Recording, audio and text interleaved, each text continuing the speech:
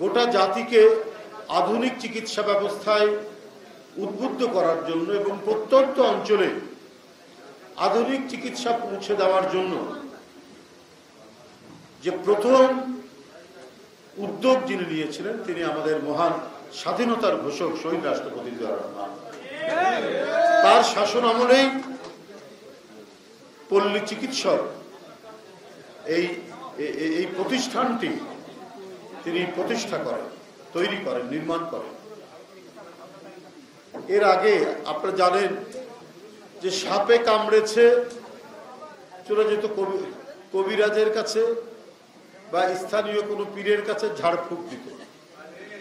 সকালে সাপ কামড়ালে বিকেলে তাকে গোরস্থানে নিয়ে যেত। কিন্তু তার জন্য যে আধুনিক ট্রিটমেন্ট, তাৎক্ষণিক ট্রিটমেন্ট, এইটার কোনো ব্যবস্থা একেবারে ইউনিয়ন, তখন তো জেলার সাথে থানারই যোগাযোগ ব্যবস্থা ছিল খুব কঠিন। গরু গাড়ি ছাড়া অনেক জায়গায় আমি দেখেছি, আপনি যদি 75-76 সাল পর্যন্ত বা 80 সাল পর্যন্ত কিন্তু জেলা শহরের সাথে অনেক থানা শহরে যাওয়ার যোগাযোগ ছিল মাটির রাস্তায়, গরু গাড়িতে যাওয়া। কোথাও হয়তো কিছু কিছু হেরিং বোন মানে ইট ফেলে ফেলে রাস্তা হয়েছে, সেখানে হয়তো কোথাও কোথাও একটা বাস যেত সকালে, সেই বাসের টায়ারের চাকা বাস্ট হয়ে যেত, আবার রাস্তার মধ্যে সেই চাকা টায়ার ঠিক করে সেই গাড়িটা যেত। যেটা এখন আধা ঘন্টায় যাওয়া যায় সেটা সারাদিন লাগে। ডিজাইন, এলিগেন্স, বিউটি, সেরা পণ্য সবার জন্য জেভিকো। এই ছিল আমাদের তখন গ্রাম বাংলার পরিস্থিতি। তো সেখানে আধুনিক চিকিৎসা যাবে কি করে? এক কবিরাজ অথবা ঝাড়ফুঁক, তাবিজ এর উপরেই নির্ভর করে।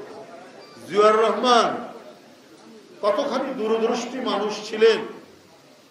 এই যে পুকুরের মধ্যে পানিতে ডুবে গেলে, সাপে কামড়ালে, পেটের নানা খাওয়া দাওয়ার বিভিন্ন অনিয়মের কারণে পেটের পীড়া হলে, এই সমস্ত চিকিৎসা একবারে গ্রামে গঞ্জে পাওয়া তো খুব মুশকিল।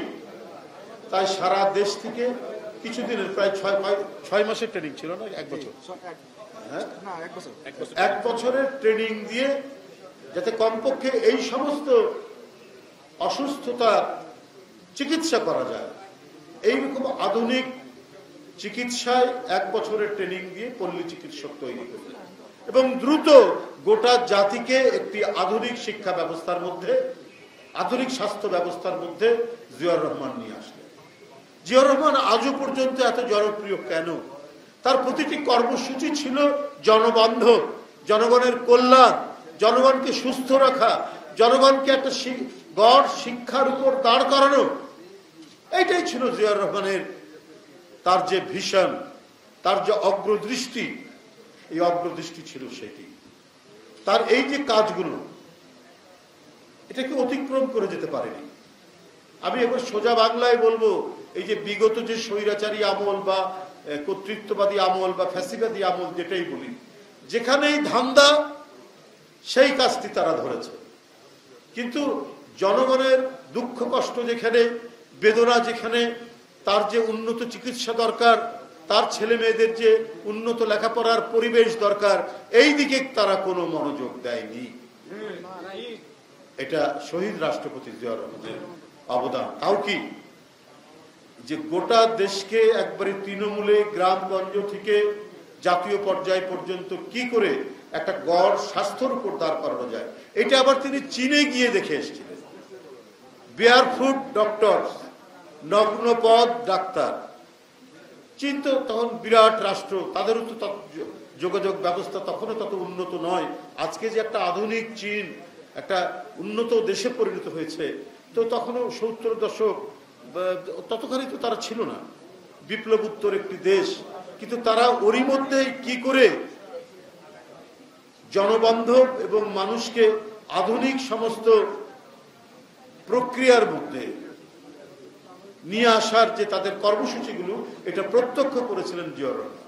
সেখানে তিনি দেখেছিলেন যে বেয়ার ফুট ডক্টরস, অর্থাৎ নগ্ন পদে মানে যাদের পায়ে জুতাও ছিল না, এদেরকে ধরে নিয়ে এসে কিছু ট্রেনিং দিয়ে তারা গ্রামে গঞ্জে বিভিন্ন জায়গায় তার যেখানে এলাকা সেই এলাকায় চিকিৎসা করা, অর্থাৎ তার পায়ে জুতা পরার মতো তাদের আর্থিক সামর্থ্য ছিল না। জিয়াউর রহমান চীন দেশ থেকে এই অভিনব এবং অসাধারণ এই পদ্ধতিটি দেখে এসে তিনি বাংলাদেশে চালু করেছিলেন। কিন্তু বাংলাদেশ একটা গরিব দেশ, তখন মাত্র 6টা না 7টা মেডিকেল কলেজ, যারা ডাক্তার হন তার অধিকাংশই দেশের বাইরে চলে যান, না হলে বাংলাদেশের বড় জেলা বা উপজেলা লেভেলে 2-1 জন থাকতে পারে। কিন্তু ইউনিয়ন পর্যায়ে, ওয়ার্ড পর্যায়ে যেখানে যেতে নদী পার হয়ে যেতে হয়, তখন ব্রিজও ছিল না। একটা ইউনিয়নে যেতে হয়তো 2-3টা নদী পার হতে হতো, ব্রিজও নাই। তো সেখানে আধুনিক চিকিৎসা ব্যবস্থা পৌঁছবে কি করে? একজন মানুষের, সে যদি সত্যিকারের দেশপ্রেমিক হয়, সত্যিকারের দেশপ্রেমিক হলে অল্প দিনের জন্য, অল্প দিনের মধ্যেই অনেক কল্যাণকামী কাজ করতে পারে।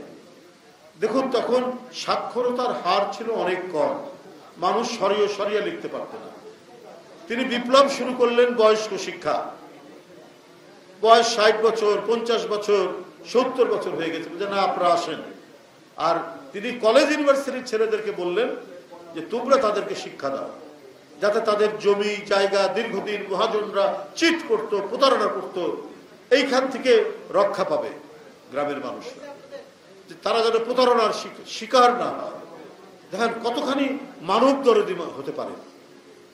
এটাকে তিনি বললেন বয়স্ক শিক্ষা কার্যক্রম, এবং সেখানে স্বেচ্ছাশ্রমের ভিত্তিতে তিনি কলেজ বিশ্ববিদ্যালয়ের ছাত্রদেরকে বলেন, তোমাদের বাবা মা অশিক্ষিত থাকবে কেন, তোমরা এগুলো শিখাও। এই জন্য তিনি অনেক বই, আরো নানা ধরনের উপকরণ তিনি সরবরাহ করলেন। এই আমাদের রাষ্ট্রের এই দেশপ্রেমিক মানুষটি যে অবদান রেখে গেছেন, আজও আমরা যদি সেটাকে অনুসরণ করি, অনুকরণ করি, তাহলে বাংলাদেশ দরিদ্র থাকবে না, বাংলাদেশ পরমুখপেক্ষী থাকবে না, বাংলাদেশ নিজের মেরুদণ্ডের উপর দাঁড়াতে সক্ষম হবে। এই আত্মনির্ভরশীল একটি জাতি হিসেবে আমাদের তৈরি করতে জিয়াউর রহমান যে উদ্যোগ, যে প্রচেষ্টা তিনি নিয়েছিলেন, এবং সেটার যে বাস্তবায়ন আমরা দেখেছি, আমরা সেখান থেকে আজও আমাদের শিক্ষা নেওয়ার অনেক কিছুই আছে।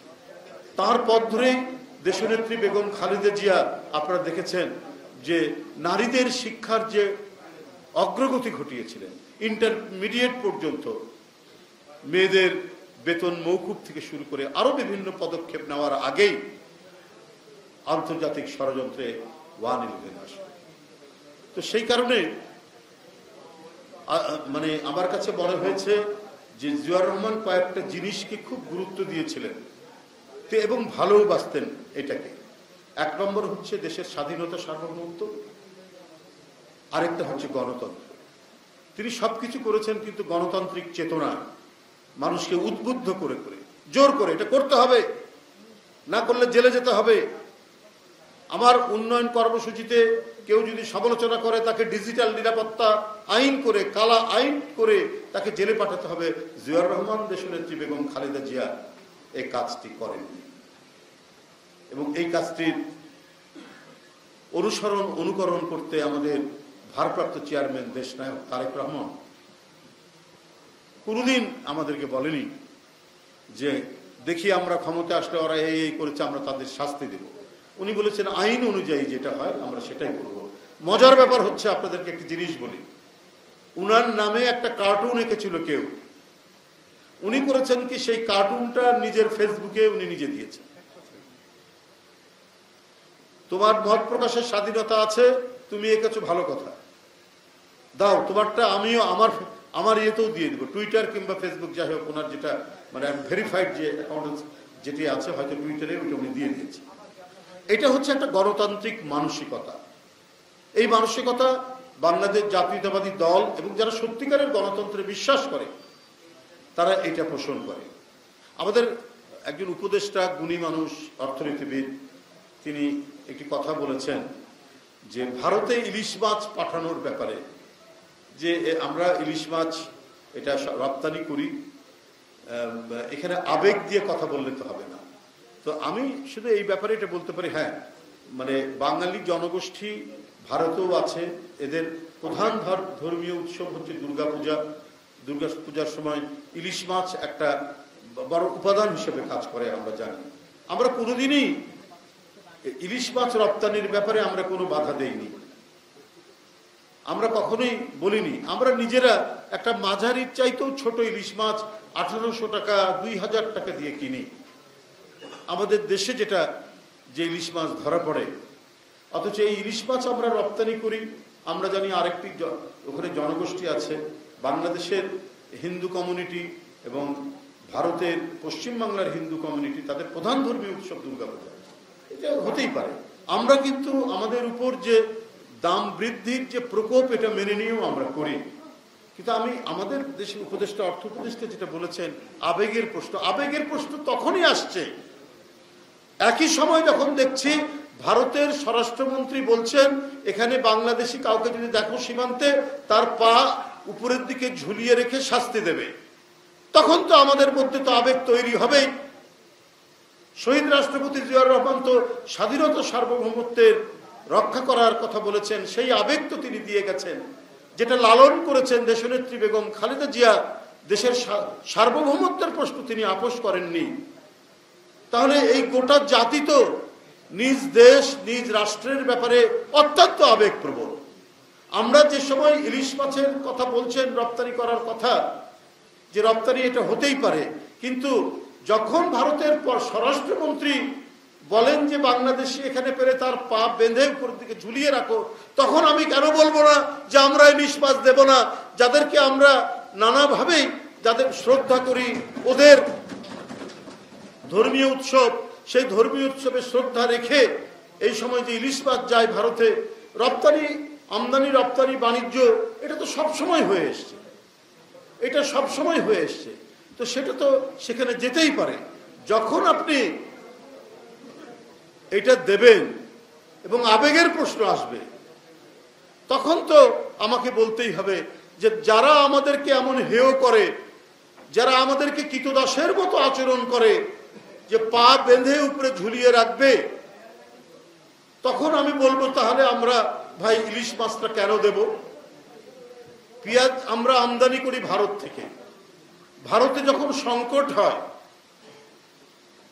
তখন তো তারা পেঁয়াজ রপ্তানি বন্ধ করে দেয়, অথবা এই যে এখনো গতকাল থেকেও তাদের ওখানে সংকট শুরু হয়েছে, তারা শুল্ক রপ্তানির উপর শুল্ক বৃদ্ধি করে দেয়, 40% শুল্ক বৃদ্ধি করে দেয়।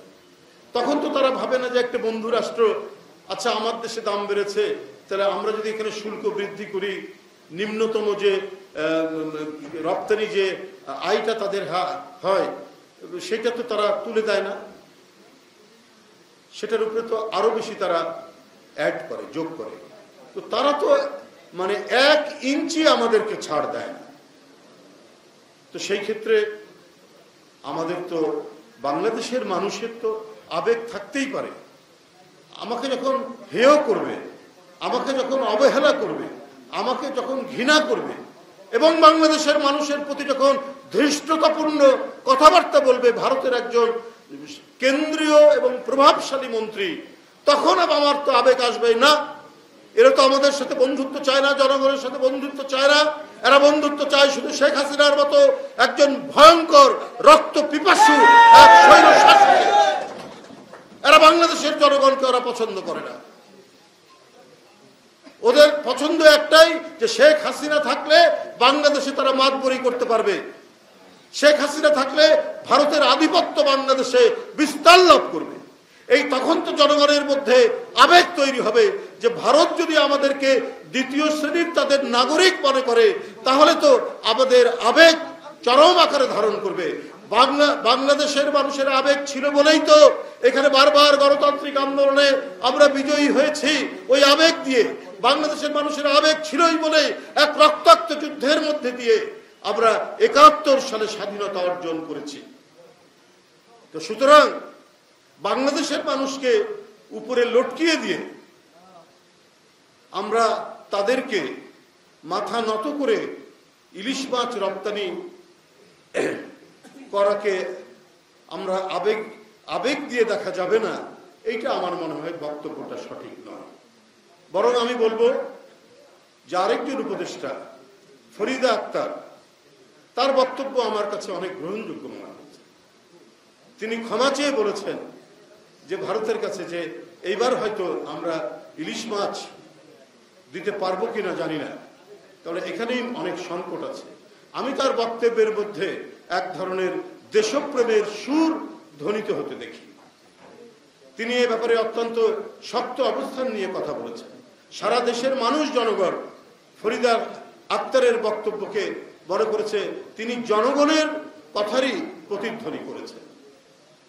যদিও কমার্স মিনিস্ট্রি তারা রপ্তানি করবেন, সেটাতে আমরা এর আগেও কখনো আপত্তি করিনি, কেউ আপত্তি করেনি। যখন আমরা দেখছি ক্রমাগতভাবে আমাদের প্রতি অপমান করা হচ্ছে, তখন যে আবেগ আমাদের মধ্যে উত্থিত হয়, তখন তো আমরা এগুলো নিয়ে কথা বলবই। যাই হোক বন্ধুরা, আমি বক্তব্য দীর্ঘায়িত করব না।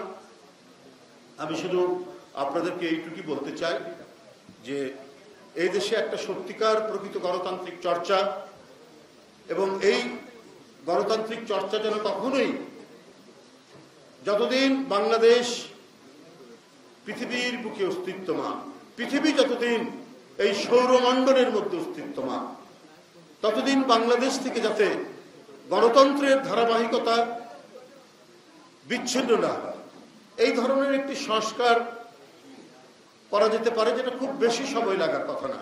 কারণ এই 16 বছর দেশের অনেক জ্ঞানী গুণীজন, যারা অত্যন্ত নিরপেক্ষভাবে এদেশের সংবিধান, এদেশের নির্বাচন কমিশন, এদেশের বিভিন্ন যে সাংবিধানিক প্রতিষ্ঠান, বিচার বিভাগ, পার্লামেন্ট,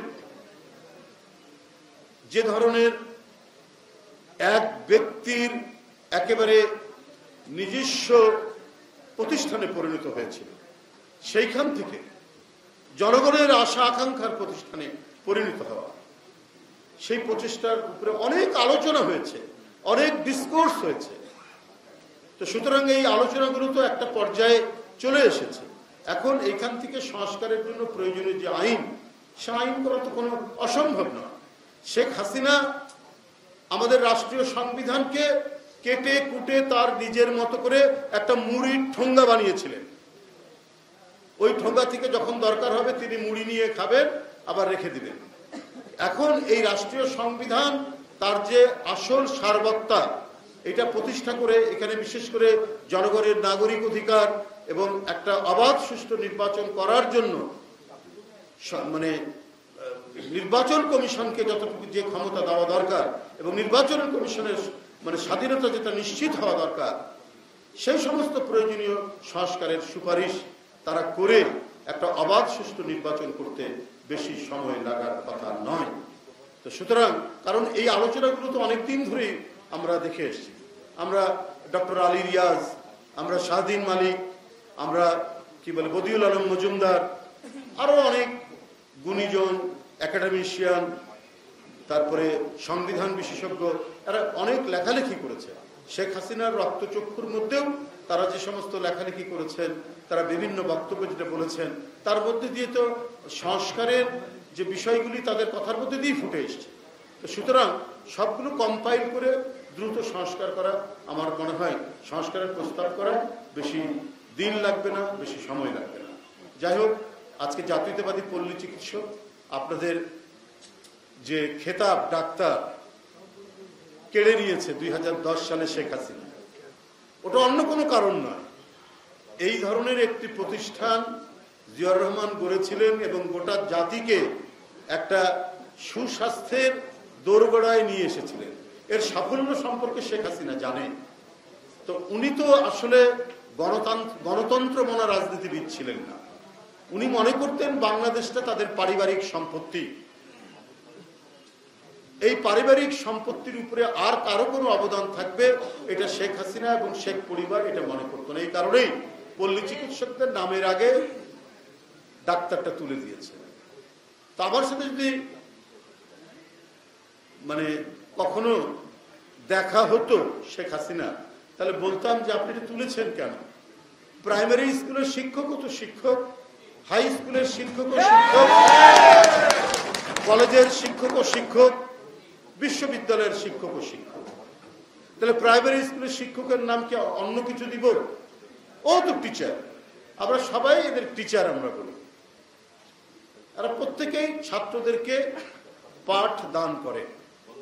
তো সেই ক্ষেত্রে চিকিৎসক, ডাক্তার, যিনি পল্লী চিকিৎসক তিনিও ডাক্তার, যিনি হোমিওপ্যাথিক চিকিৎসা করেন তিনিও ডাক্তার, যিনি অ্যালোপ্যাথিক আগে ছিল এলএমএফ আর একটা ছিল এমবিবিএস এর আগে, তারাও ডাক্তার। যারা এমবিবিএস ডাক্তার তারা তো ডাক্তার, যারা পোস্ট গ্রাজুয়েশন করেছেন তারাও ডাক্তার। তো আপনি এইটা তুলে দিয়েছেন, শুধুমাত্র এটি হলো একটা বিরাট কন্ট্রিবিউশন জিয়াউর রহমানের, যার কারণেই আপনি তুলে দিয়েছেন। ইনশাল্লাহ জনগণের সমর্থনে বিএনপি ক্ষমতায় আসলে আপনাদের এই বিষয়গুলো আমাদের নীতি নির্ধারকরা দেখবেন। আপনাদের সকলকে ধন্যবাদ জানিয়ে আমার বক্তব্য শেষ করছি। খোদা হাফেজ। বাংলাদেশ জিন্দাবাদ।